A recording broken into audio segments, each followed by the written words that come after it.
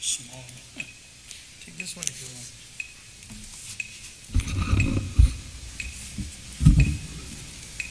Yeah. No, it's small.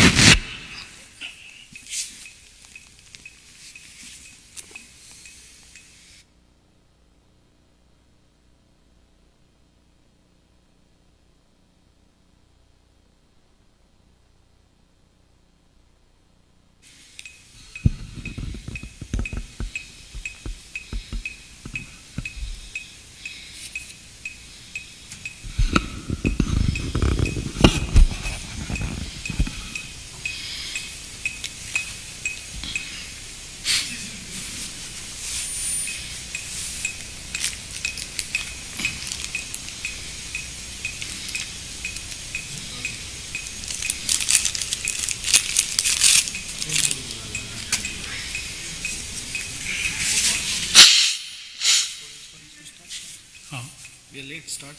Okay. Yeah, we already passed 8:50. Tuesday starting 8:30. Today is a little bit earlier. Yeah, 8:15 we start. اللهم صل على محمد وآل محمد. أعوذ بالله من الشيطان الرجيم. بسم الله الرحمن الرحيم. ياسين والقرآن الحكيم إنك لمن المرسلين على صراط مستقيم تنزيل العزيز الرحيم لتنذر قوما ما انذر آباؤهم فهم غافلون لقد حق القول على أكثرهم فهم لا يؤمنون إنا جعلنا في أعناقهم أغلالا فهي إلى الأذقان فهم مقمحون وجعلنا من بين أيديهم سدا ومن خلفهم سدا فأغشيناهم فهم لا يبصرون وسواء عليهم أنذرتهم أم لم تنذرهم لا يؤمنون إنما تنذر من اتبع الذكر وخشي الرحمن بالغيب فبشره بمغفرة وأجر كريم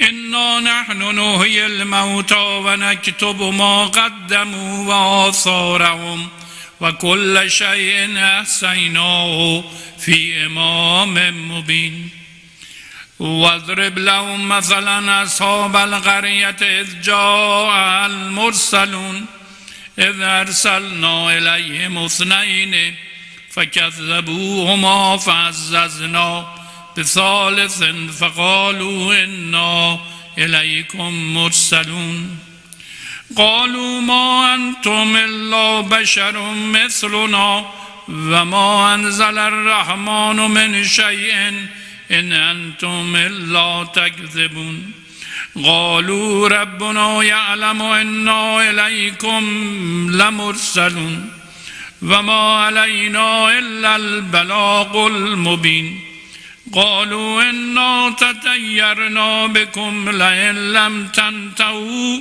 لنرجمنكم وليمسنكم منا عذاب أليم قالوا طائركم معكم إن ذكرتم بل أنتم قوم مسرفون وجاء من أقصى المدينة رجل يسعى قال يا قوم اتبعوا المرسلين اتبعوا من لا يسألكم أجرا وهم مهتدون وما لي لا أعبد الذي فطرني وإليه ترجعون أتخذ من دونه آلهة إن يردني الرحمن بضر لا تغن عني شفاعتهم شيئا ولا ينقذون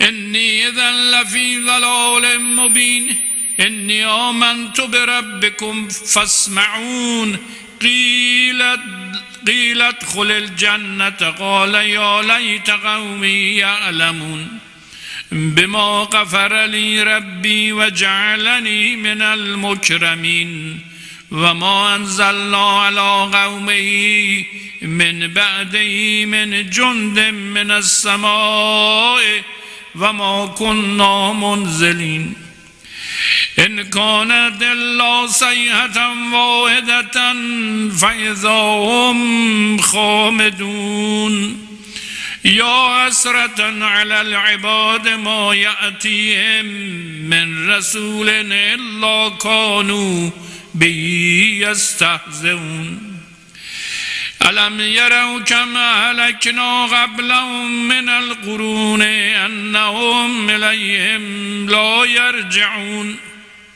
وإن كل لما جميع لدينا محضرون وآية لهم الأرض الميتة أحييناها وأخرجنا منها حبا فمنه يأكلون وجعلنا فيها جنات من نخيل وعناب وفجرنا فيها من العيون ليأكلوا من ثمره وما عملته أيديهم أفلا يشكرون سبحان الذي خلق الأزواج كلها مما تنبت الأرض ومن أنفسهم ومما لا يعلمون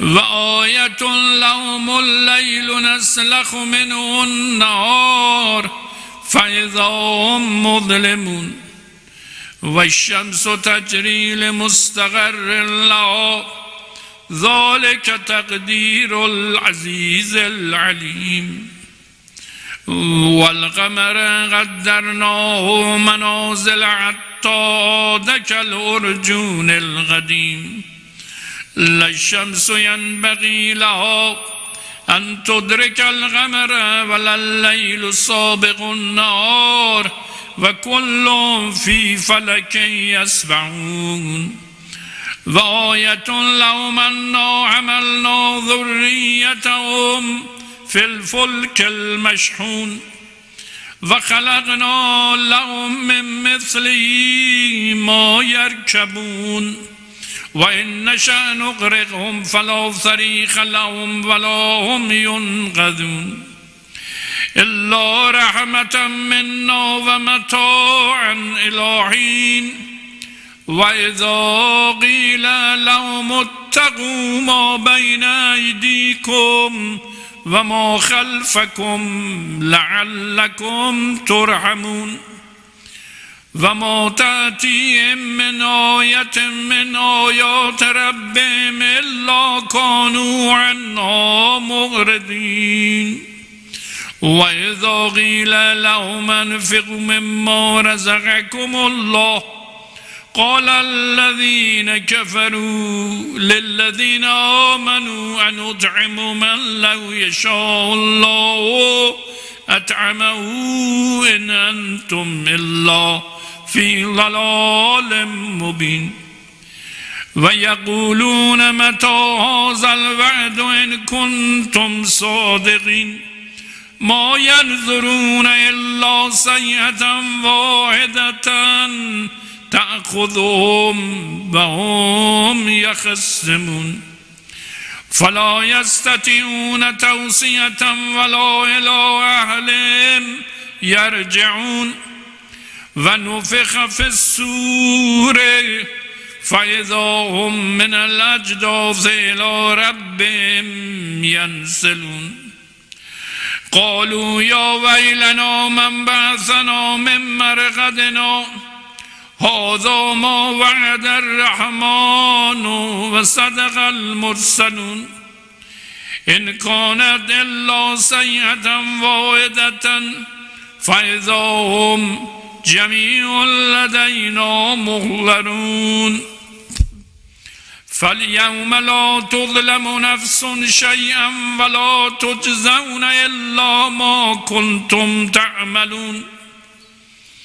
إن أصحاب الجنة اليوم في شغل فاكهون هم وأزواجهم في ظلال على الأرائك متكئون لهم فيها فاكهة ولهم ما يدعون سلام قولا من رب رحيم سلام قولا من رب رحيم وامتازوا اليوم أيها المجرمون ألم أعهد إليكم يا بني آدم أن لا تعبدوا الشيطان إنه لكم عدو مبين وأن اعبدوني هذا صراط مستقيم ولقد أضل منكم جبلا كثيرا أفلم تكونوا تعقلون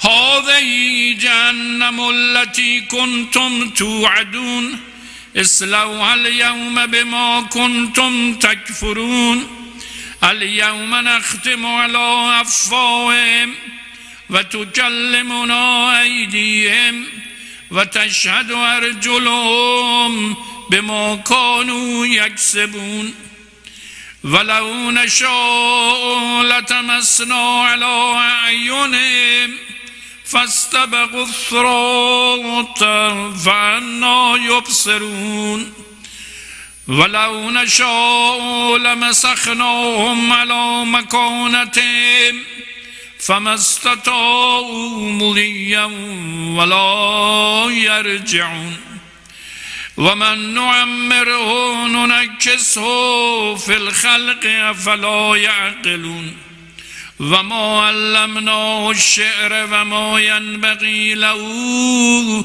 إن هو إلا ذكر وقرآن مبين لينذر من كان حيا ويحق القول على الكافرين أولم يروا أنا خلقنا لهم مما عملت أيدينا أنعاما فهم لها مالكون وذللنا لهم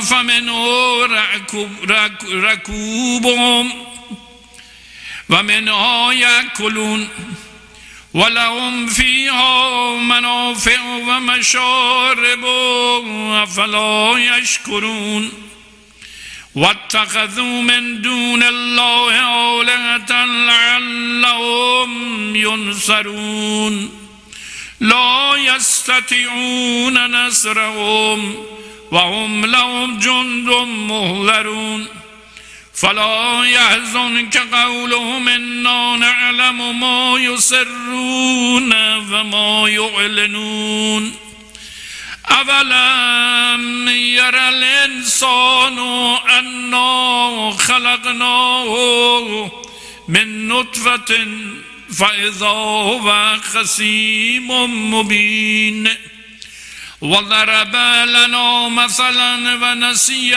خلقه قال من يحيي العظام وهي رميم قل يحيي الذي أنشأها أول مرة وهو بكل خلق عليم الذي جعل لكم من الشجر الأخضر نارا فإذا أنتم منه توقدون أوليس الذي خلق السماوات والأرض بقادر على أن يخلق مثلهم بلى وهو خلاق العليم إنما أمره إذا أراد شيئا أن يقول له كن فيكون فسبحان الذي بيده ملكوت كل شيء وإليه ترجعون صدق الله العلي العظيم وصدق رسول النبي الكريم صلوات اللهم صل على محمد وآل محمد.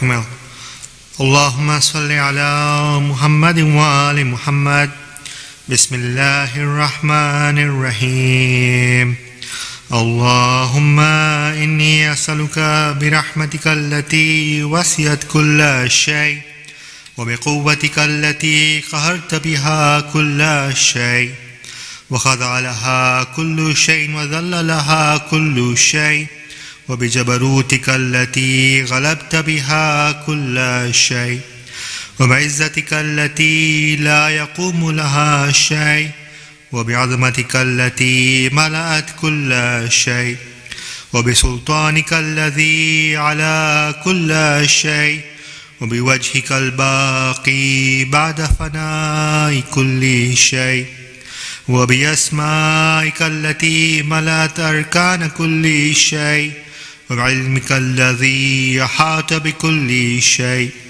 وبنور وجهك الذي أضاء له كل شيء يا نور يا قدوس يا أول الأولين ويا آخر الآخرين اللهم اغفر لي ذنوب التي تهتك العصام اللهم اغفر لي ذنوب التي تنزل النقم اللهم اغفر لي ذنوب التي تغير النعم اللهم اغفر لي ذنوب التي تحبس الدعاء اللهم اغفر لي ذنوب التي تنزل البلاء اللهم اغفر لي كل ذنب أذنبت وكل خطيئة أخطأتها اللهم إني أتقرب إليك بذكرك وأستشفع بك إلى نفسك وأسألك بجودك أن تدنيني من قربك وأن تزعني شكرك وأن تلهمني ذكرك.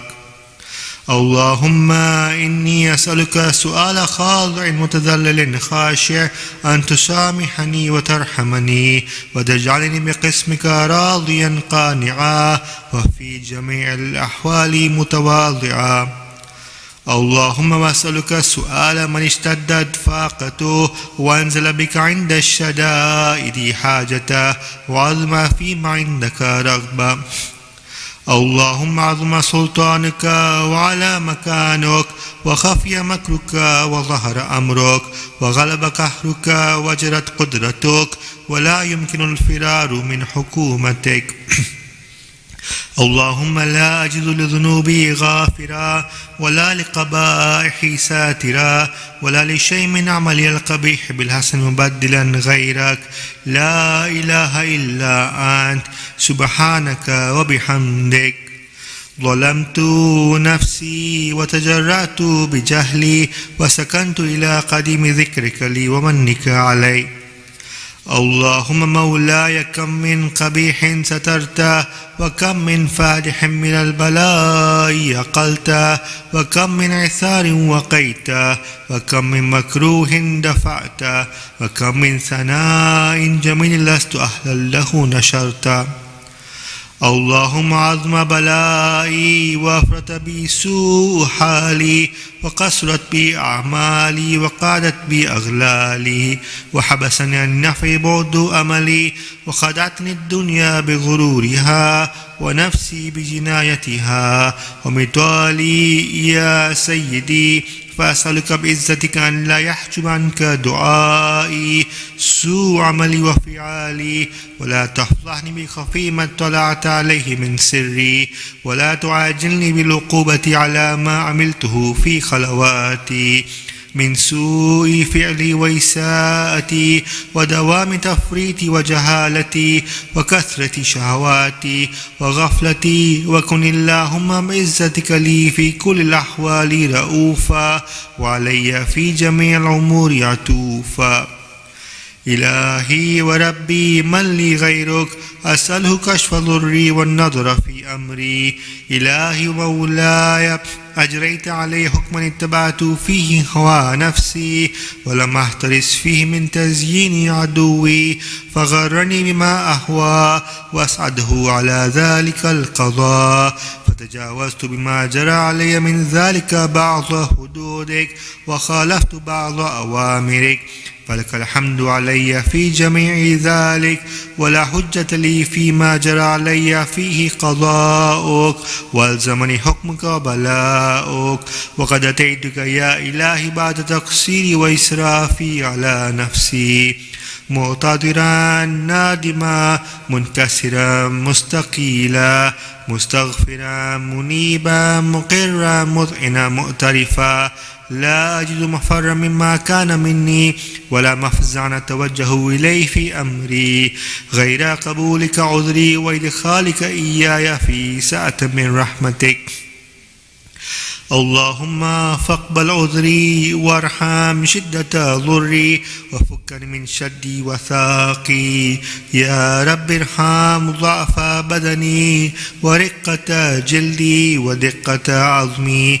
يا من بدأ خلقي وذكري وتربيتي وبري وتغذيتي هبني لابتداء كرمك وسالف برك بي. يا إلهي وسيدي وربي أتراك معذبي بنارك بعد توحيدك وبعد ما انطوى عليه قلبي من معرفتك ولهج به لساني من ذكرك واعتقده ضميري من حبك وبعد صدق اعترافي ودعائي خاضعا لربوبيتك.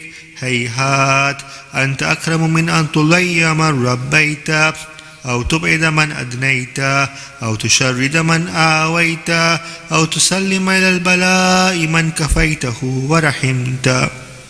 وليت شعري يا سيدي وإله مولاي أتسلط النار على وجوه خرت لعظمتك ساجدا، وعلى ألسن نطقت بتوحيدك صادقا وبشكرك مادحا، وعلى قلوب اعترفت بإلهيتك محققا، وعلى ضمائر حوت من العلم بك حتى صارت خاشعة، وعلى جوارح سعت إلى أوطان تعبدك طايا، وأشارت باستغفارك مذعنا. ما هاك الظن بك ولا أخبرنا بفضلك عنك يا كريم.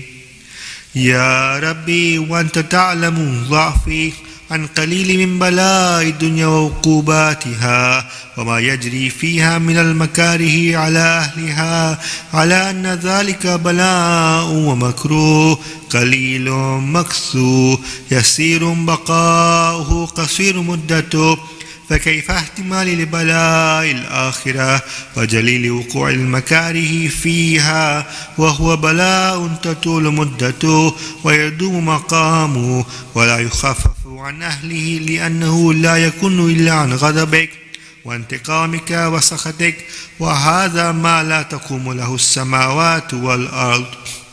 يا سيدي فكيف لي وأنا عبدك الضعيف الذليل الحقير المسكين المستكين. يا إلهي وربي وسيدي مولاي لأي الأمور إليك أشكو ولما منها أضج، وأبكي لأليم العذاب وشدته أم لطول البلاء ومدته، فلئن سيرتني العقوبات مع أعدائك وجمعت بيني وبين أهل بلائك وفرقت بيني وبين أحبائك وأوليائك، فهبني يا إلهي وسيدي مولاي وربي صبرت على عذابك فكيف أصبر على فراقك، وهبني يا إلهي صبرت على حر نارك فكيف أصبر عن النظر إلى كرامتك، أم كيف أسكن في النار ورجاء عفوك، فبعزتك يا سيدي مولاي أقسم صادقا لئن تركتني ناطقا لأضجن إليك بين أهلها ضجيج الآملين، ولأصرخن إليك صراخ المستصرخين، ولأبكين عليك بكاء الفاقدين، ولأنادينك أين كنت يا ولي المؤمنين. يا غاية آمال العارفين، يا غياث المستغيثين، يا حبيب قلوب الصادقين، ويا إله العالمين.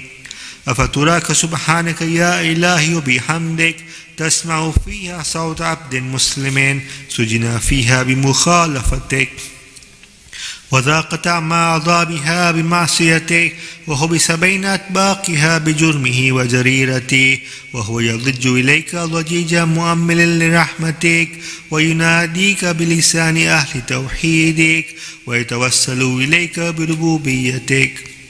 يا مولاي فكيف يبقى في العذاب وهو يرجو ما سلف من حلمك؟ أم كيف تؤلمه النار وهو يأمل فضلك ورحمتك؟ أم كيف يهرقه لهيبها وأنت تسمع صوته وترى مكانه؟ أم كيف يشتمل عليه زفيرها وأنت تعلم ضعفه؟ أم كيف تقلقل بين أطباقها وأنت تعلم صدقه؟ أم كيف تزره زبانيتها وهو يناديك يا رباه؟ أم كيف يرجو فضلك في عتقه منها فتتركه فيها؟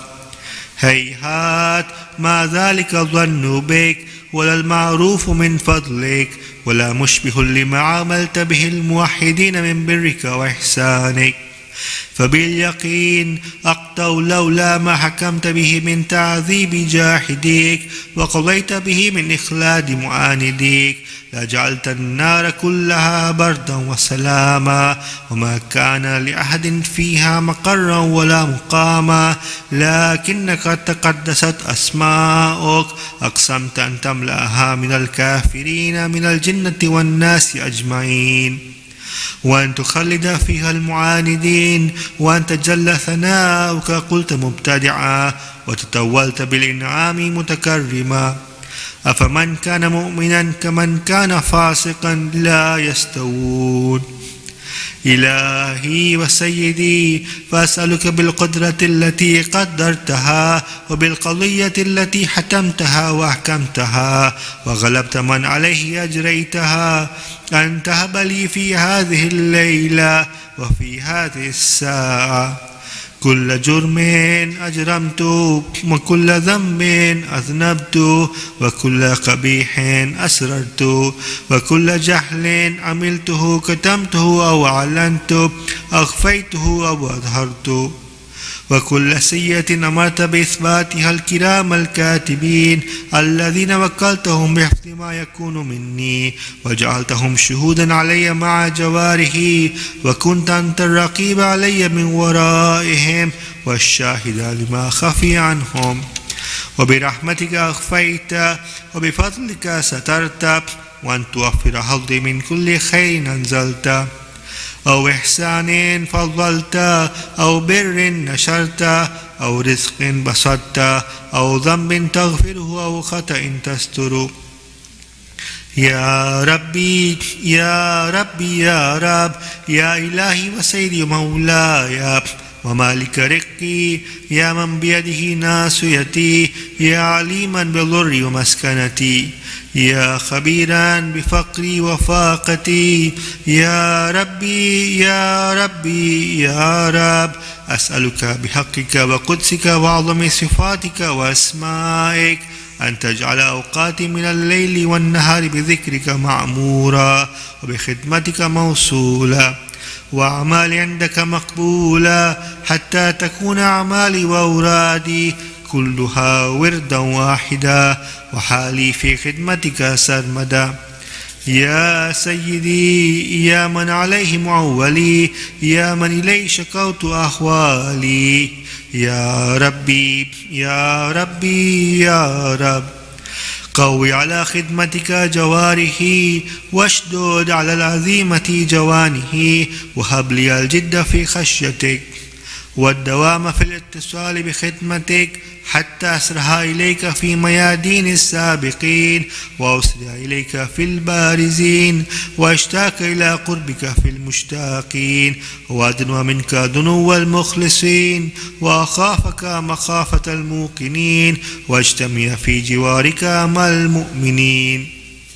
اللهم ومن أرادني بالسوء فارد ومن كادني فكد، واجعلني من أحسن عبيدك نصيبا عندك واقربهم منزلة منك وخصهم زلفة لديك، فإنه لا ينال ذلك إلا بفضلك، وجد لي بجودك واعطف علي بمجدك واحفظني برحمتك، واجعل لساني بذكرك لهجا وقلبي بحبك متيما، ومن علي بحسن إجابتك واقلني عثرتي واغفر زلتي، فإنك قضيت على عبادك بعبادتك وأمرتهم بدعائك وضمنت لهم الإجابة، فإليك يا ربي نسبت وجهي وإليك يا ربي مددت يدي، فبعزتك استجب لي دعائي وبلغني منايا،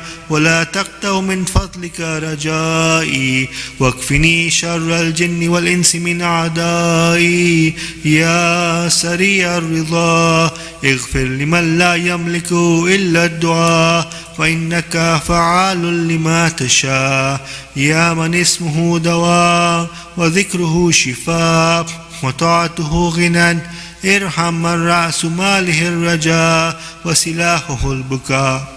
يا سابغ النعم، يا دافع النقام، يا نور المستوحشين في الظلام، يا عالما لا يعلم، صل على محمد وآل محمد وافعل بما أنت أهله، وصلى الله على رسوله والأئمة الميامين من آله وسلم تسليما كثيرا.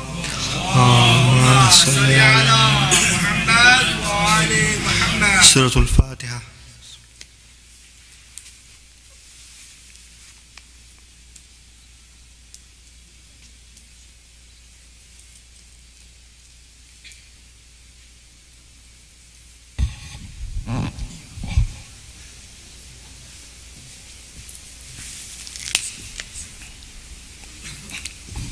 صلوات.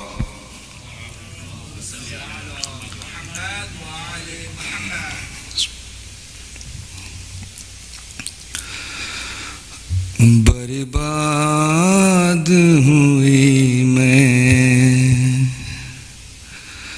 آباد ہوئی کرب و بلا اجڑا مدینہ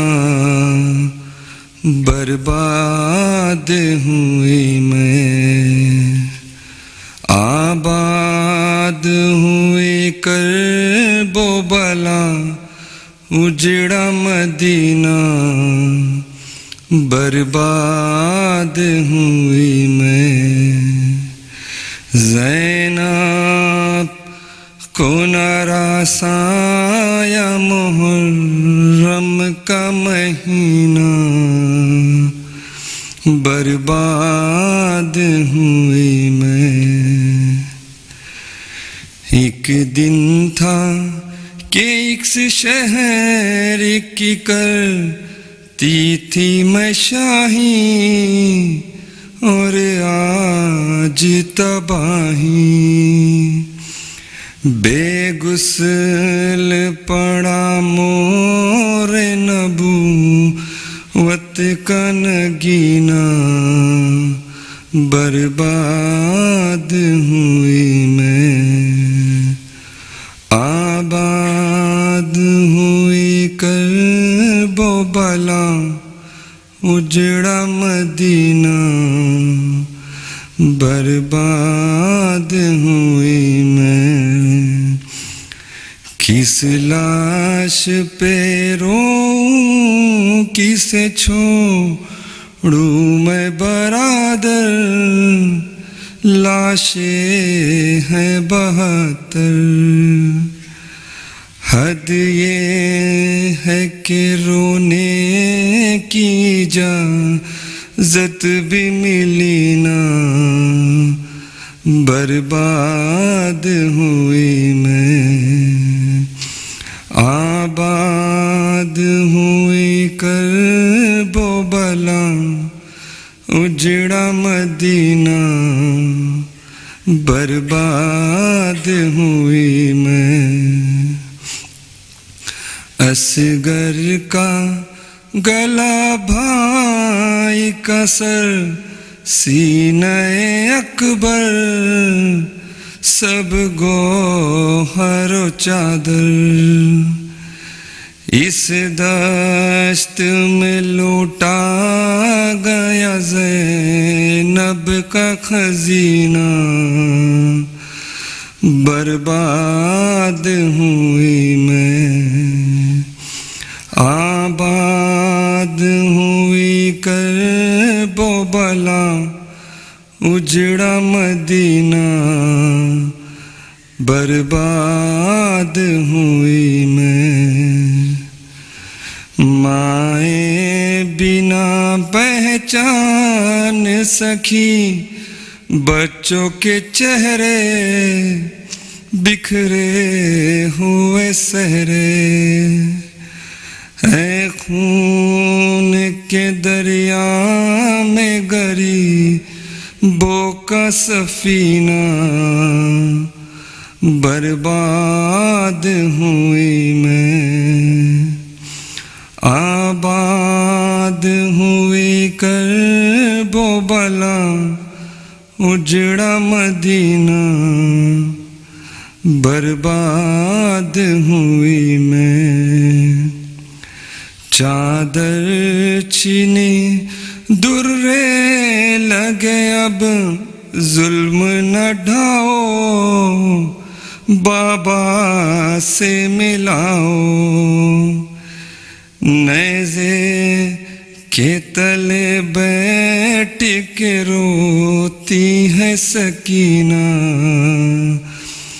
برباد ہوئی میں شوکت سر مقتل یہ کہا بنت علی نے زہرا کی پلی نے بھیا تیرے बिन खाक तेरी बहना का जीना बर्बाद हुई मैं आबाद हुई करबो बला उजड़ा मदीना बर्बाद हुई मैं सल्लल्लाहु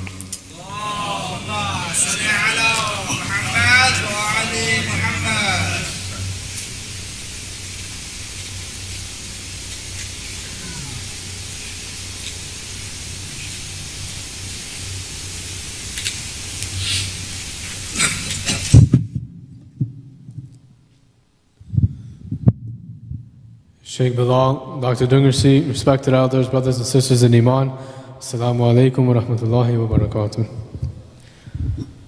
Tonight's Surah Yasin has been sponsored for the Ithal Thawab of the Marhumeens that are displayed on the screen. Let us all recite Surah Fatiha for all Marhumeen. Bismillah.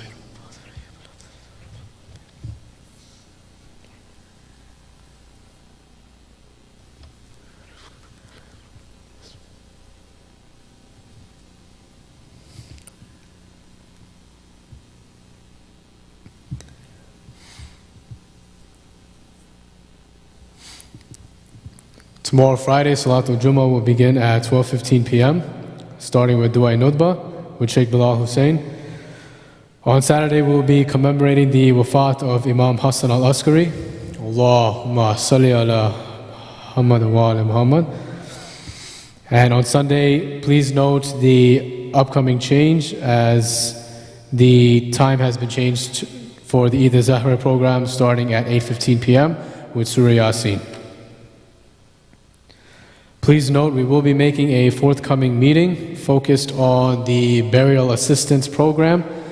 The date will be shared with the community very soon.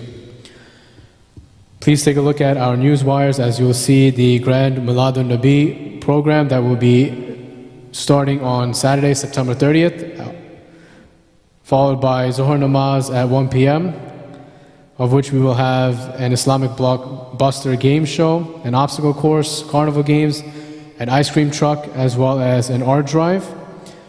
To become a vendor, the links have been sent out in the newswire. Join the Al-Mahdi outreach team to walk and support the end of domestic violence. On behalf of the Sijdi Managing Committee, we are requesting the community to participate in the Family Harmony Walk and Lunch. The purpose of the walk is to end domestic violence, which will be held at Wantagh Park on Sunday, October 1st at 9:30 a.m. The registration process has been shared with the community via Newswire as it is for a great cause. Once you register with the online link, include Al-Mahdi Center by your name on the form, and on the day of the walk, there will be a table with the banner of Al-Mahdi Center. On behalf of the Sijdi Managing Committee, we will be having a special meeting on Saturday, October 14th at 4 p.m. to review our expansion plans for Al-Mahdi Center and current status of our Woodside, Jericho, and Uniondale properties. Lastly, please join me in reciting the ayah of Amma Yujib 5 times for all those who are sick here and around the world. Allahumma salli ala Muhammadin wa ali Muhammad. Bismillahir Rahmanir Rahim. Amma yujibul mustaraiza da'u wa yakshifu su. Amma yujibul mustaraiza da'u wa yakshifu su. Amma yujibul mustaraiza da'u wa yakshifu su. Amma yujibul mustaraiza da'u wa yakshifu su. Amma yujibul mustaraiza da'u wa yakshifu su. Allahumma salli ala Muhammad. At this time, please silence your cell phones, put them on vibrate or on do not disturb as we call up Sheikh Bilal. Muhammad wa ala Muhammad salawat.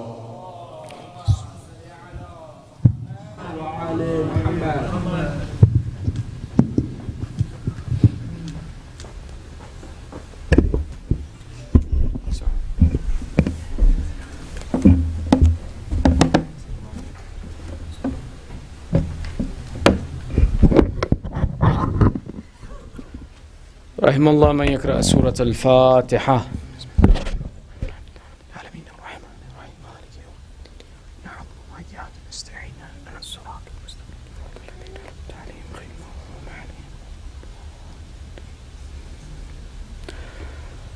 أعوذ بالله من الشيطان الرجيم. بسم الله الرحمن الرحيم. ربي اشرح لي صدري ويسر لي أمري واحلل عقدة من لساني يفقهوا قولي. الحمد لله رب العالمين، ثم الصلاة والسلام على سيدنا ونبينا وحبيب إله العالمين أبي القاسم محمد.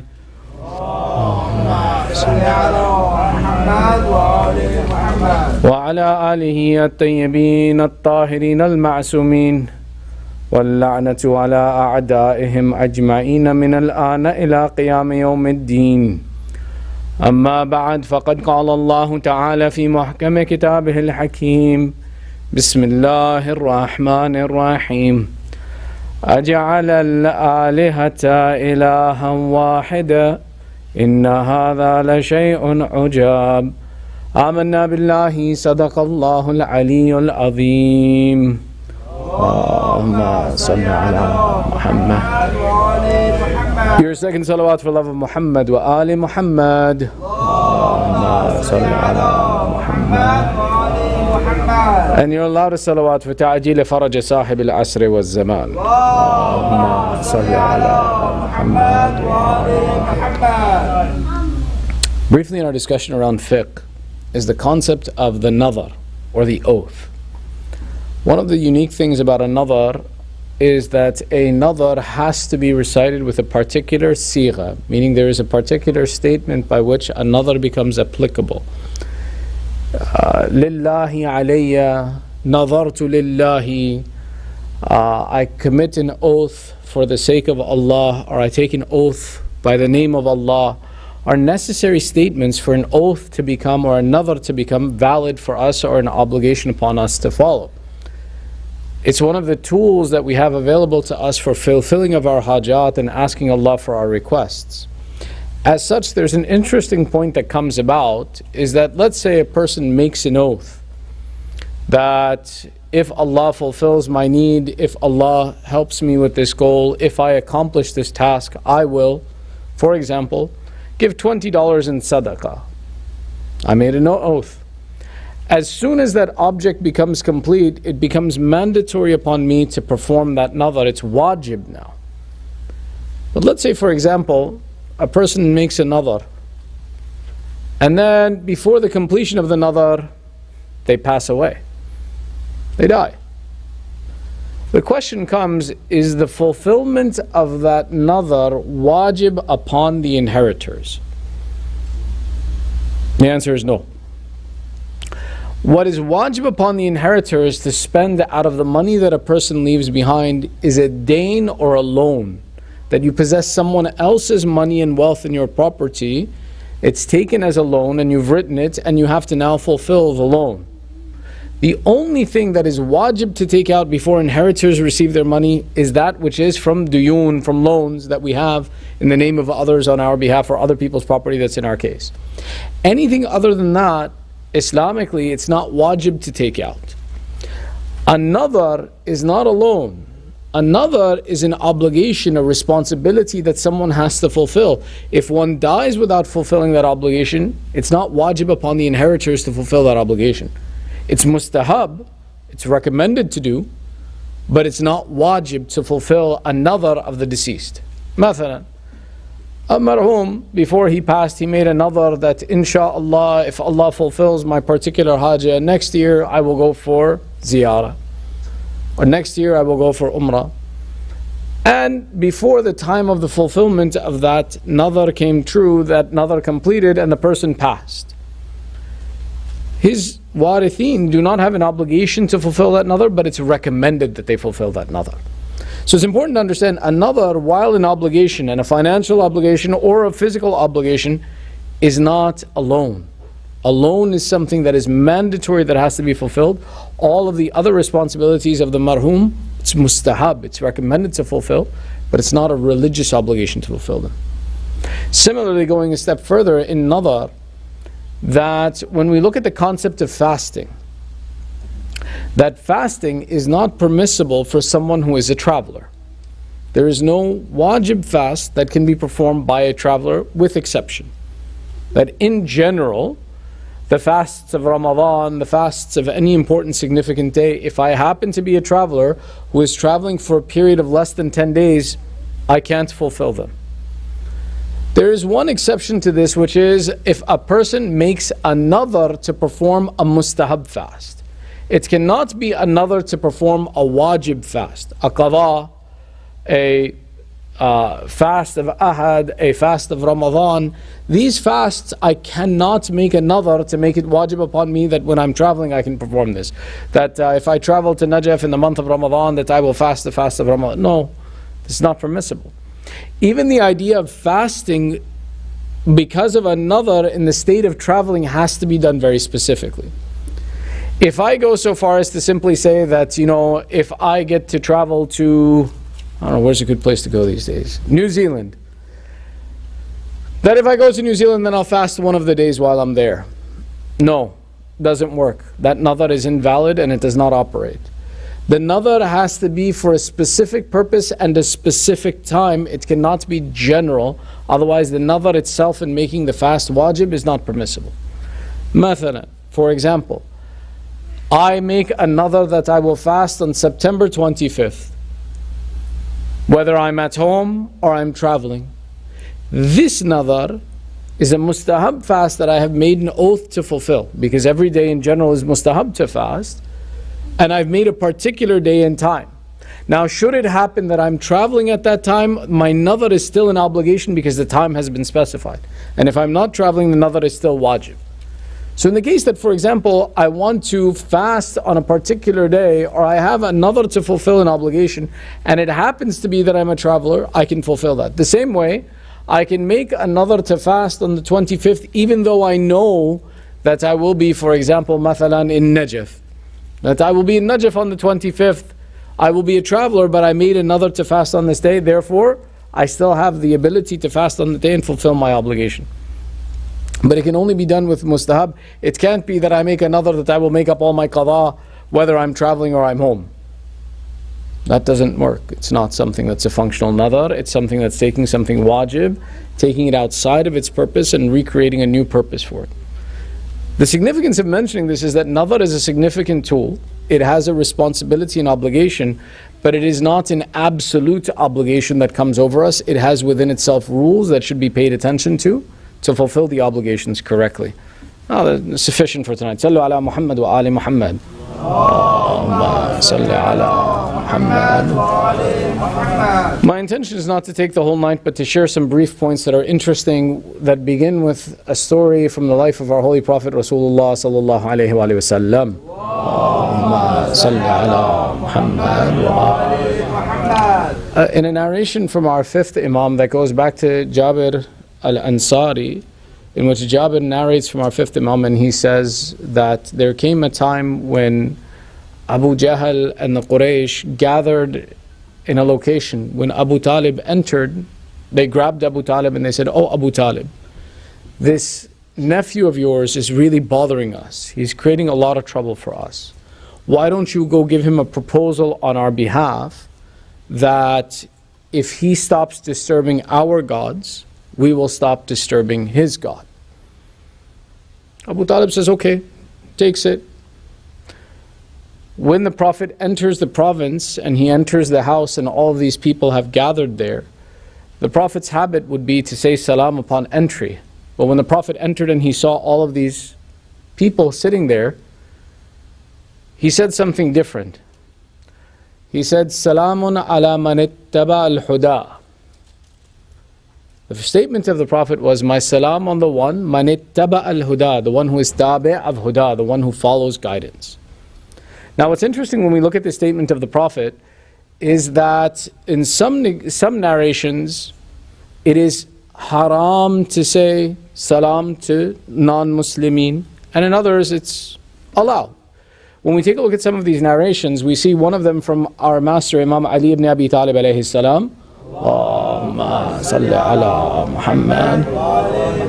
Where he makes a statement and he says it is haram to say, or it is not permissible for a person to say salam upon the one who is other than Muslim, and that to reply to their salam is also forbidden. When we look at a narration like this where Imam Ali is sari', very clear, and he makes a statement that it's not permissible to say salam to a non-Muslim ibtida'an, from the beginning, it should tell us that this is an action that is completely forbidden. However, what's interesting is we see other narrations from the Ahlul Bayt that are sahih that actually allow this. In a narration from our sixth Imam, a man comes to the sixth Imam and he says, Yabna Rasulullah, there is a doctor who I have to see, and this doctor is not a Muslim. But it is appropriate that when I go to see him that I say salam and dua and ask him how he is, mujamilatan, as part of the conversation and pleasantries. Is it haram for me to make pleasantries with this doctor? The conversation is still relevant today, that should we be in a culture of Islam and Muslimin and we go to see a physician, maybe the physician doesn't share our ideology, doesn't share our faith. Is it inappropriate to go and have a conversation and wish peace upon them? And Imam Sadiq replies, he says, it is permissible, though your dua will not benefit them. Your salam will not benefit them, but it is permissible. Meaning that the culture of having a communication with someone who isn't non-Muslim is permissible for us, and to even unintentionally, as if we walk into a store and we expect the person to be Muslim, and we begin our statement with Salaam alaikum, we have done nothing wrong in this process. That what the balance between these two riwayah is that it's makruh to say salam to someone who is not a Muslim. However, in reply to this, the jawab of a salam, when it comes from a non-Muslim, it is forbidden for us to say to them, alaykum salam. The answer from our Prophet is that say to them, alaykum wa alaykum. That be for you whatever it is that you deserve. So meaning that to say salam, and this is the culture, that if I enter into a room and I see a number of people without recognizing them, it is permissible, though makruh, for me to just begin by saying salamu alaykum. It's okay. It's entirely allowed. There's nothing wrong with it. But the jawab to that someone who is a non-Muslim says salamu alaykum to me, this is a dua for peace. This is a dua for khair. That the jawab to this is simply wa alaykum. The wa alaykum as-salam implies that the dua for peace and aman and khair from Allah is complete on this person, though this person refuses to have faith in Allah. So the instruction is this, is that the reply to this is wa alaykum. The beauty of what the Prophet does is that the Prophet is above this, that a Prophet never does something makruh. So the Prophet, seeing all of these people who are there and who are non-Muslim, he could have avoided saying salam. But there's one person amongst the middle of them who is Abu Talib. Now the exposure of Abu Talib, if Rasulullah says salamu alaykum to all of these people, it will do one of two things. Either one, it will justify that the Prophet used to say salam to the non-Muslimin, and that salam to the non-Muslimin is jaiz now. Or two, it will imply that one amongst them was a Muslim, and who was it that the Prophet was exposing in that moment? So our Prophet, in contrast, came forward and he says, Salamun ala man ittaba alayh. My salam upon the one who follows the guidance of Allah, man ittaba al-huda. That the follower of guidance, to him is my salam, not to anyone other than that person.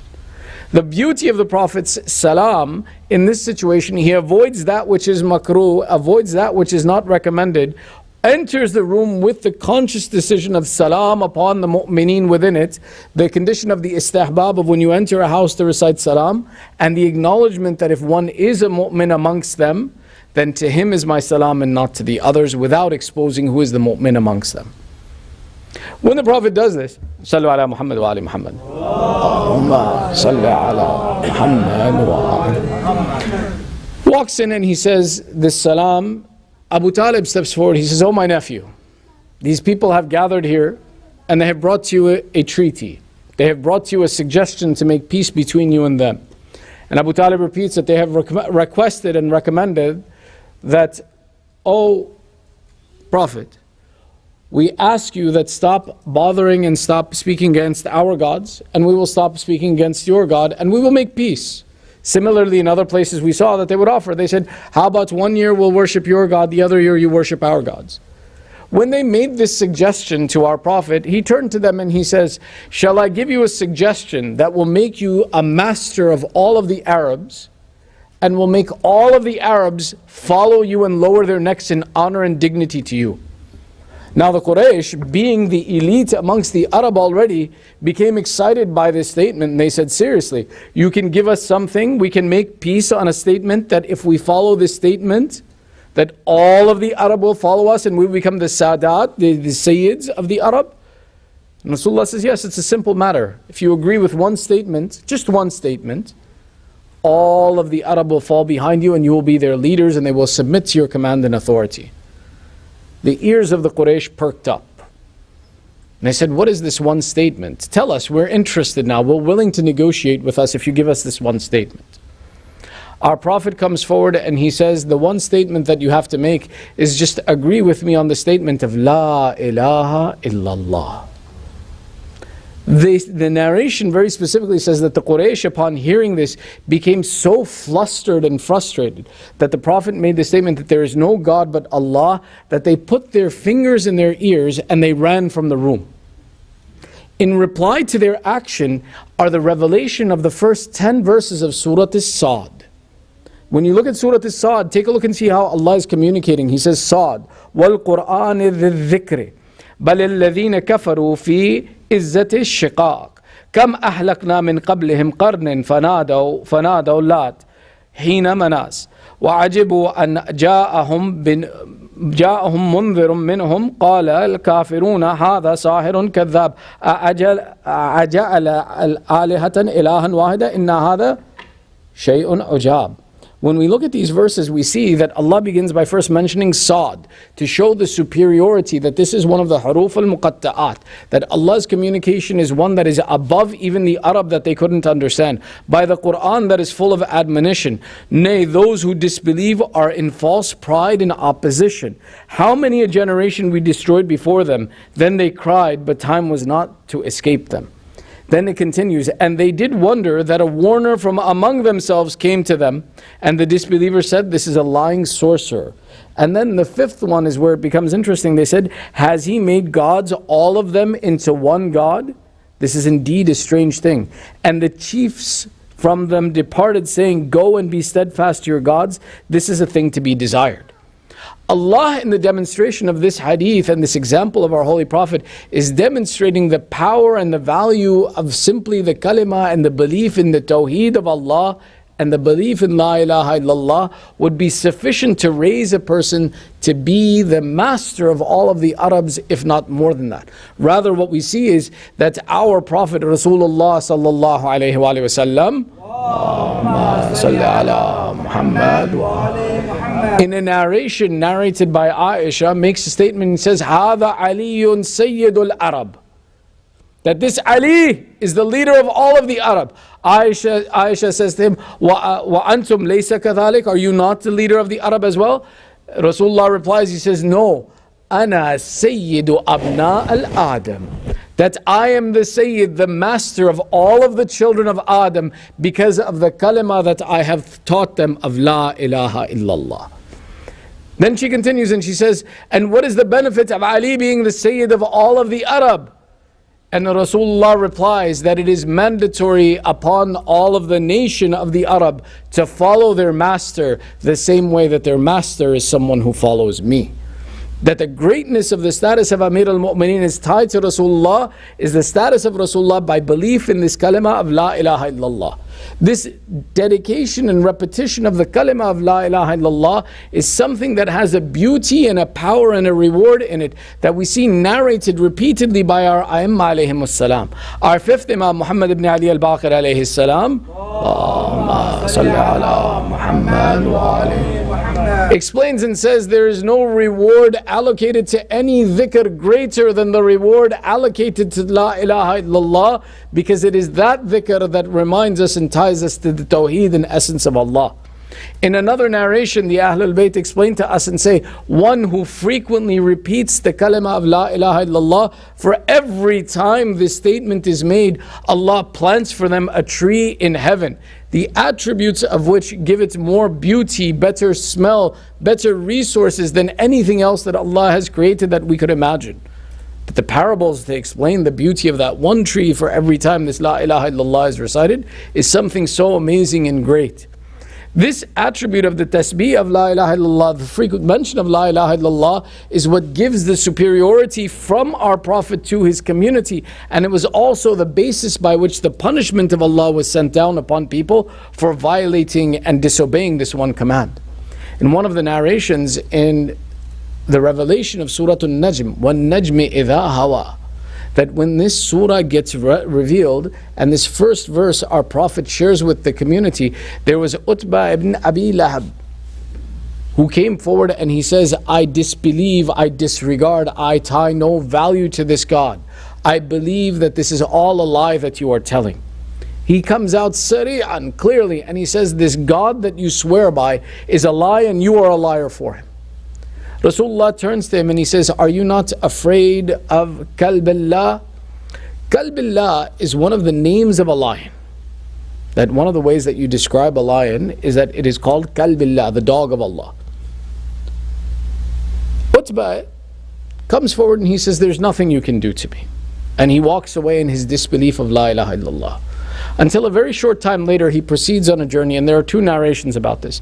The first one says that he leaves the city of Mecca and he heads to Yemen. And in the process of traveling from Mecca to Yemen, he stops along the way, and where he stops, they hear the sounds of lions nearby. And Utbah says, in his heart rises the fear, and he says, the promise of Muhammad is going to come true, I'm going to be eaten tonight. And he says, oh companions, protect me. So what the companions do is they make their beds all together and put Utbah in the middle, that if a lion was to come, it would not attack him because they're all in the middle. The narration completes itself that the lion came in the middle of the night and all of them covered themselves out of fear of the lion, and the only one who was missing in the morning was this Utbah. And that the promise of Rasulullah that warned him to fear the punishment of Allah would come to him was fulfilled. The other narration goes even further.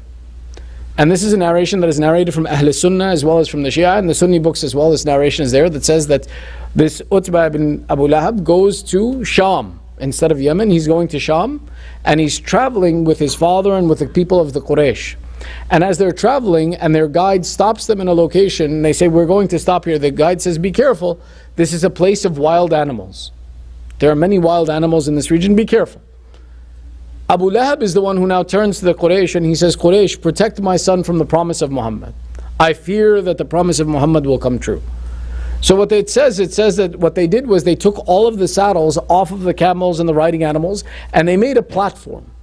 And they put this Utbah on top of the platform, and then they made a circle around him to sleep in the circle around him, so as to say that if a lion would come, first off, it wouldn't go to the top of the platform, and that they would have to pass all of them to get to him in that conclusion. And the narration says that essentially that lion came in the middle of the night, bypassed all of them, climbed on top, and didn't even eat the guy, just struck him, killed him, and walked away. And the promise of Rasulullah was fulfilled in this way. Sallu ala Muhammad wa ali Muhammad. Sallu ala Muhammad. There's actually a similar narration from our fourth Imam, that when our fourth Imam was in the process of going to Hajj, he had left from the provinces of Medina and was on his way to the Kaaba. As he was traveling, you guys are okay, right? Two more stories or so, and so we should be okay. All right, anyway. Imam Zayn al-Abidin is going to the provinces of Mecca, and he would go alone. And as he's traveling alone, at one point in time, a man comes up to him in the middle of the wilderness and he says, get off your riding animal. The Imam says, what do you want? He says, I intend to kill you and take all your wealth. Get off your riding animal. The Imam says, why do you want to commit haram? I'll give you half of my wealth now and I'll make it halal for you. Don't commit this sin. Take my wealth and leave. The man says, no, I want all of your wealth and I intend to kill you. The Imam now says for the second time, he says, how about this? I'll give you all of my wealth except the little bit that I need just to make it to Makkah, and you can take all of my wealth and it's halal for you. Don't commit this sin. The man says, no, I intend to all of your wealth and I intend to kill you. Now the Imam, to wake his dignity in him, he says, have you no God? Where is your God that you should be so bold to commit such a sin? The man, wanting to be abusive to the Imam and to belittle the Imam, makes a statement. He says, my God is the one who is sleeping. Now get off your rider. This one statement was sufficient for the Imam, that upon this statement that the man makes, the Imam doesn't say anything, but two lions come out from either side of the wilderness. One grabs the man by the head, the other one grabs the man by the feet. And the Imam simply says to him, he says, you dared to disrespect your Lord by saying that he is sleeping. Now who is going to protect you from the difficulty that has befallen you? Who is there now to help you if your God is asleep? The significance of the idea of the ignorance of the statement of Tawheed and the lack of acknowledgement of this idea that one who worships Allah is cognizant of Allah, Allah is there to protect him and to take the vengeance for that person, is one of the most important concepts that Allah Himself says, let me be the one who avenges you, don't go out looking for vengeance. If you believe in Tawheed, then Allah is the best of the ones to take account from others. In this way, we saw that there were many instances where the followers of Ahlul Bayt, by their belief in Allah, would be saved and protected by Allah Himself. There's one of the most important things that our Prophet would say. He says, why are you ignorant of the weapons that you possess? I said, Ya Rasulullah, what weapons do we possess? Our Prophet goes, you have with you such a weapon that is a protection for you against every enemy and something that guarantees the security and growth of your wealth with you. And I complained, I said, Ya Rasulullah, what is this that we possess? He says, it is you who are the possessors of dua. That this dua is the greatest of weapons that you possess, and that when you use this weapon, it will protect you from every evil and difficulty. This is why our sixth Imam would make the statement, ask Allah and make dua to Allah for every one of your desires, everything that you need. That the belief in the Tawheed of Allah, the presence of Allah, is sufficient that when one asks Allah, He fulfills that need in the best of desires. There's a famous narration from Yunus ibn Ammar, who narrates from his experience with the sixth Imam Ja'far ibn Muhammad as-Sadiq alayhi salam.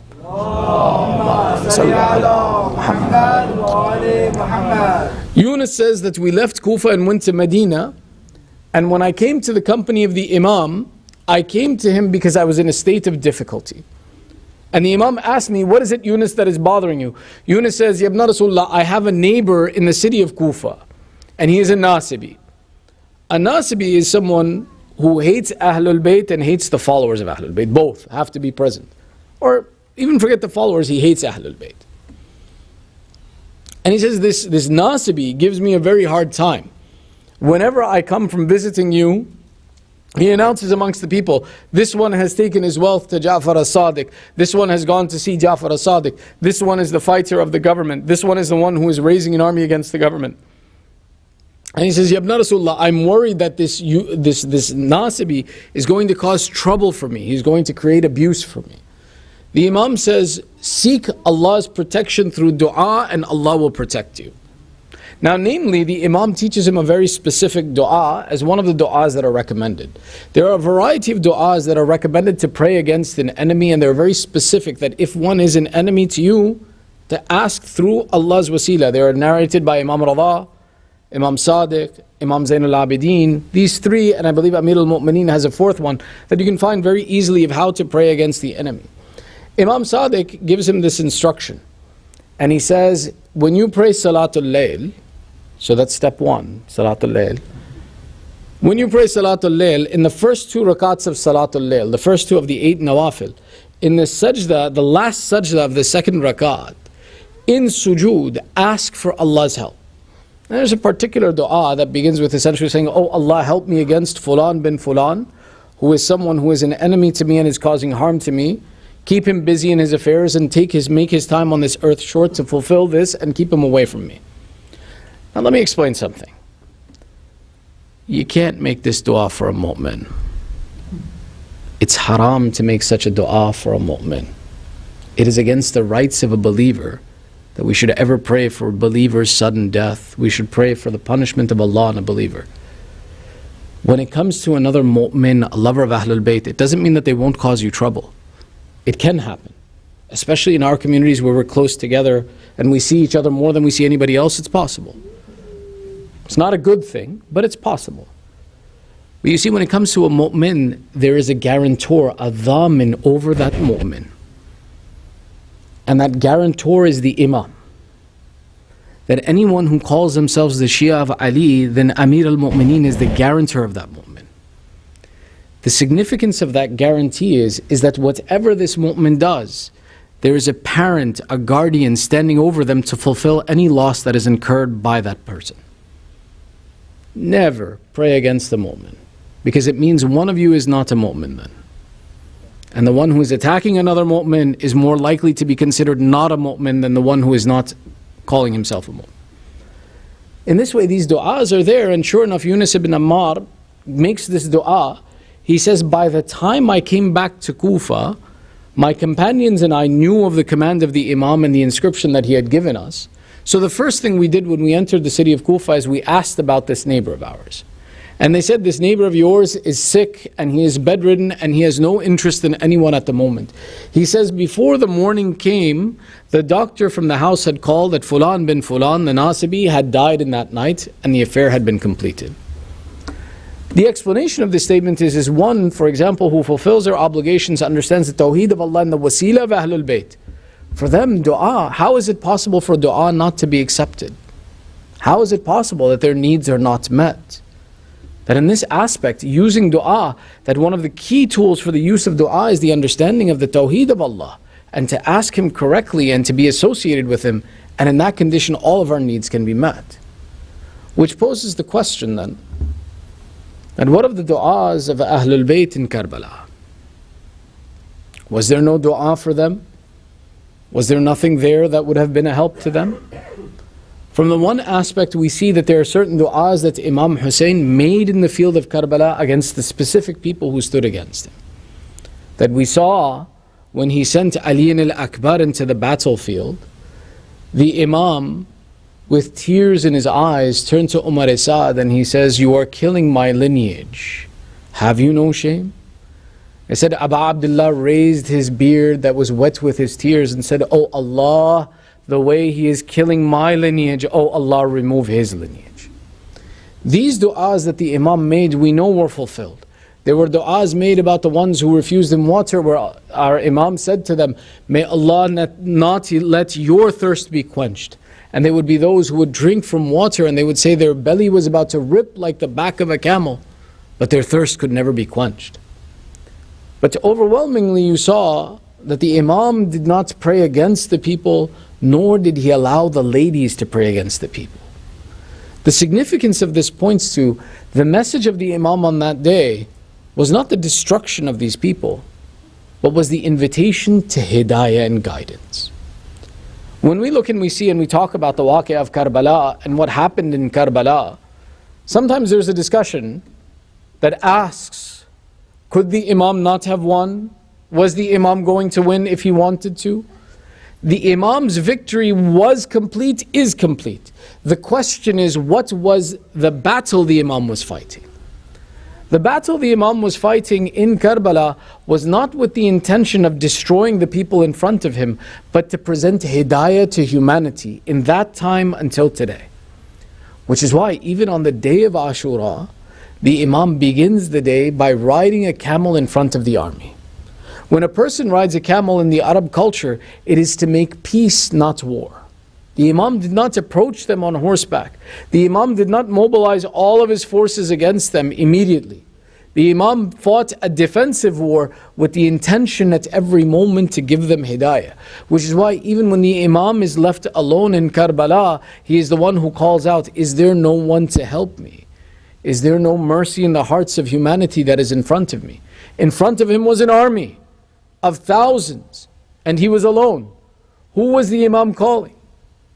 The significance of the call of the Imam is to bring humanity to hidayah, whether the ones in front of him or the generations that will yet to come, to show that more than to seek your vengeance and abuse another, seek the guidance of Allah in humanity and bring them back to the path of Allah. In that we saw the fact that 1400 years later, those of us whose families were not in Karbala, remember the event of Karbala. Seek guidance through the event of Karbala. Preach the message of Islam through the event of Karbala. Talk about the Tawheed of Allah that was preserved by the sacrifice of the Imam. Is all because of the great efforts of the Imam that he made, that his goal and his victory was that hidayah should persist in humanity, not that I need to kill every enemy that comes in front of me. But at what cost did that difficult conclusion come? When we take a look and we see at the difficulties that befell the women after the event of Karbala, that it is such a difficult phase that when they return to Medina, that Sayyidah Zainab says, it is not possible for us to enter this city. She makes a plea from Imam Zainul Abidin, set for us a tent outside, that as we look upon this city, that before we enter it, we have a moment to cry for the ones that we lost from us. They said that a tent was made. Imam Zainul Abidin sat in front of this tent. And Bashir ibn Hadlam, his father was a poet, Imam Zainul Abidin said, "Oh Bashir, go and announce to the people of Medina that we have come, that they should come and pay condolences to us outside of the city of Medina." Bashir ibn Hadlam entered into the city of Medina and called to the people, "O people of Medina, those who have been looted and lost have returned to you." In this, as he made this announcement, the people of Medina began to rush out of the city of Medina. There was one lady who comes to Bashir. She says, "Oh Bashir, tell me of my Hussein." Bashir looks at her and he recognizes her and he says, "أعظم الله لك الأجر بابنك الأثمان." May Allah increase in your reward for your son Uthman. She says, "I did not ask you about my son, I asked you about Hussein." He says, أعظم الله لك الأجر بابنك جعفر. She says, "I did not ask you about Jafar, I asked you about Hussein." He says, أعظم الله لك الأجر بابنك Abdullah. She says, "I did not ask about Abdullah. Tell me of Hussein." He says, أعظم الله لك الأجر بابنك العباس. He says, "I give you condolences on your son Abbas." This woman slumps a moment and she says, "If there is no Abbas, then how can I have yaqeen that there is a Hussein?" Bashir says, "Your Hussein is the one who was martyred thirsty and alone in the field of Karbala." Al-Baneen exits the city, comes to the tent. Sayyidah Zainab had given specific instructions. She said to the women, "Don't let any of the women in. Let us grieve in this moment before we return to the Prophet." They said in this moment, a woman came to Sayyidah Zainab and said, "Oh Sayyidah Zainab, you said not to let anyone enter, but there is a lady who insists upon entering." Sayyidah Zainab says, "Who is it that insists?" She says, "Her name is Al-Baneen." Sayyidah Zainab cries and says, Al-Baneen is not from amongst them. She is from amongst us. When Al-Baneen enters and sees Sayyidah Zainab for the first time, some of the poets write, the difficulties that had passed upon Sayyidah Zainab were made apparent in this moment. That Sayyidah Zainab turns to Baneen. She says, "My condolences to you on your son Abbas." So Baneen says, "Oh lady, it is kind of you to do this, but where is my daughter Zainab? I wish to give her condolences." Sayyidah Zainab replies, "Oh Baneen, I am that Zainab who is giving you condolences." Baneen gives her condolences, says, "Oh Zainab, أعظم الله لك الأجر بالحسين." My condolences to you over Hussein. The difficulties of the shahadat of Abu Abdullah were so great on Sayyidah Zainab that Baneen had refused to acknowledge her. على لعنة الله على القوم الظالمين وسيعلم الذين ظلموا أي منقلب ينقلبون إنا لله وإنا إليه راجعون رضا بقضائه وتسليما لأمره ندعوك باسمك العظيم الأعظم الأعز الأجل الأكرم يا Allah. By the right of this Thursday night, by the right of the tears in our eyes, by the right of the mention of Ahlul Bayt, we ask Allah 10 times, Ya Allah, Ya Allah, Ya Allah, Ya Allah, Ya Allah, Ya Allah, Ya Allah, Ya Allah, Ya Allah, Ya Mahmud بحق محمد يا أعلى بحق علي يا فاطر السماوات بحق فاطمة يا محسن بحق الحسن يا قديم الأحسان بحق الحسين. Oh Allah, accept this small ibadat from us. Ya Allah, give the thawab of this majlis, the marhumin of tonight's sponsors, our marhumin and all those who are in need of dua. Ya Allah, we have gathered here with hajat. By the rights of the mention of this majlis, fulfill our hajat. Oh Allah, forgive our sins, cover our flaws. Oh Allah, those amongst our families and our communities that are suffering through sickness and disease, Ya Allah, give shafa'at to the mu'mineen wherever they are. Oh Allah, keep our children on the upright path of Islam. Ya Allah, hasten the reappearance of Sahib al-Zaman. Make us and our families from the upright supporters of Sahib al-Zaman, and entitle us to the ziyarat of Imam Hussein in this world and the shafa of Imam al-Hussein in the hereafter. One surah Fatiha li arwah al-mu'mineen wal-mu'minat ma'as salawat. Allahumma صل على محمد وآل محمد. بسم الله الرحمن الرحيم. الحمد لله رب العالمين الرحمن الرحيم مالك يوم الدين إياك نعبد وإياك نستعين الذين أنعمت عليهم غير المغضوب عليهم. زيارة متوجه زيارة إن شاء الله.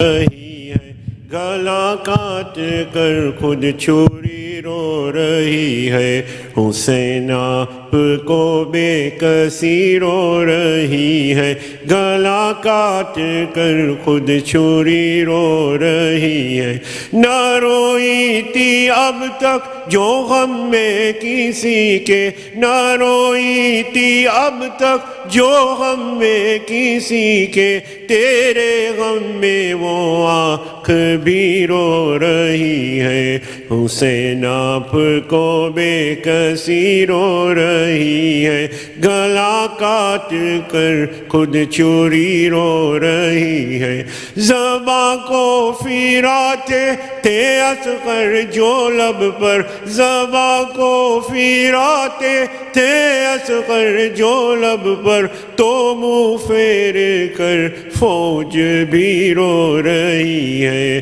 حسین آپ کو بے کسی رو رہی ہے حسین آپ کو بے کسی رو رہی ہے گلا کاٹ کر خود چھری رو رہی ہے گزر شام کی جس گلی سے ہوا تھا گزر شام کی جس گلی سے ہوا تھا تجھے شام کی وہ گلی رو رہی ہے حسین آپ کو بے کسی رو رہی ہے حسین آپ کو بے کسی رو رہی ہے گلا کاٹ کر خود چھری رو رہی ہے زیارت وارث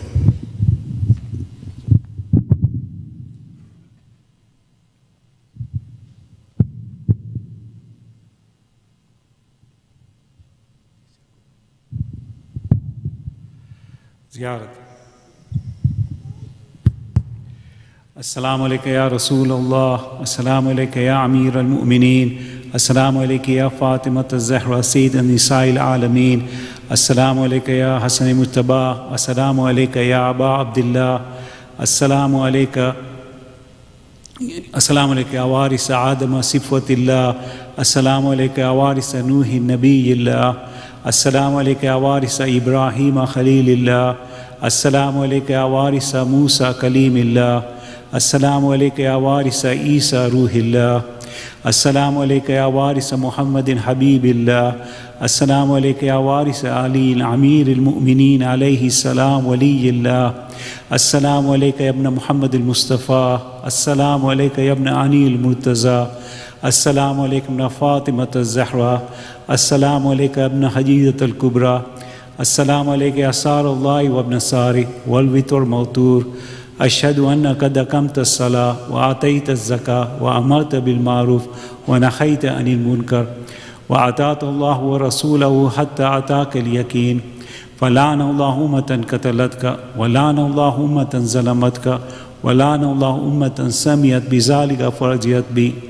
یا مولا یا ابا عبداللہ اشہد انک کنت نورا فی الاصلاب الشامحہ والارحام المطہرہ لم تنجسک الجاہلیۃ بانجاسها ولم تلبسک من متلہمات ثیابها واشہد انک من دعائم الدین وارکان المؤمنین واشہد انک الامام البر التقی الرضی الزکی الحادی المہدی واشہد انک ائمۃ من ودک کلمۃ التقوی وعلام الہدی والعروۃ الوثقی والحجۃ علی اہل الدنیا واشہد اللہ وملائکۃ وانبیاء ورسولہ انی بکم مؤمن وبیا بکم موقن بشرائع دینی وخواتیم عملی وقلبی لقلبکم سلم وامری لامرکم متبع صلوات اللہ علیکم وعلی ارواحکم وعلی اجسادکم وعلی اجسامکم وعلی شاہدکم وعلی غائبکم وعلى ظاهركم وعلى باطنكم. زيارة حضرت أكبر عليه السلام. السلام عليكم يا رسول الله، السلام عليكم يا ابن أمير المؤمنين، السلام عليك يا ابن الحسين الشهيد، السلام عليك أيها الشهيد، السلام عليك أيها المظلوم وابن المظلوم. لعن الله أمة قتلتك، ولعن الله أمة ظلمتك، ولعن الله أمة سميت بذلك فرزيت به. زيارة شهداء كربلاء. السلام عليك يا أولياء الله وأحباء، السلام عليكم يا أصفياء الله وأبداء، السلام عليكم يا أنصار دين الله، السلام عليكم يا أنصار رسول الله، السلام عليكم يا أنصار أمير المؤمنين، السلام عليكم يا أنصار فاطمة سيدة النساء العالمين، السلام عليكم يا أنصار أبي محمد الحسن بن علي والزكي الناس، السلام عليكم يا أنصار أبي عبد الله. بأبي أنت وأمي تبتم وتابت الأرض التي فيها دفنتم وفزتم فوزا عظيما، فيا ليتني كنت معكم فأفوز معكم. زيارة حضرت عباس عليه السلام. السلام عليك يا أبو الفضل العباس ابن أمير المؤمنين، السلام عليك ابن سيد الوصيين، السلام عليك يا ابن أول القوم الإسلام وأخدم إيمانا وأخوم بدين الله وأخوتم على الإسلام. أشهد أنك قد نصحت لله ولرسوله ولأخيك فنعم الأخ المعاصي. ولعن الله أمة قتلتك، ولعن الله أمة ظلمتك، ولعن الله أمة استحلت منك المحارم وانتقت الحرمة الإسلام. فنعم الصابر المجاهد المحامي الناصر والأخ الدافع عن أخيه المجيب إلى طاعة الرب الراغب فيما زهد فيه خيره من الثواب الجزيل والثناء الجميل، والحقق الله بدرجتك آبائك في جنات النعيم. السلام عليكم ورحمة الله وبركاته. السلام عليك يا غريب الغرباء السلطان أبا الحسن علي بن موسى الرضا، كن شفيعنا وشفيع والدينا في يوم الجزاء.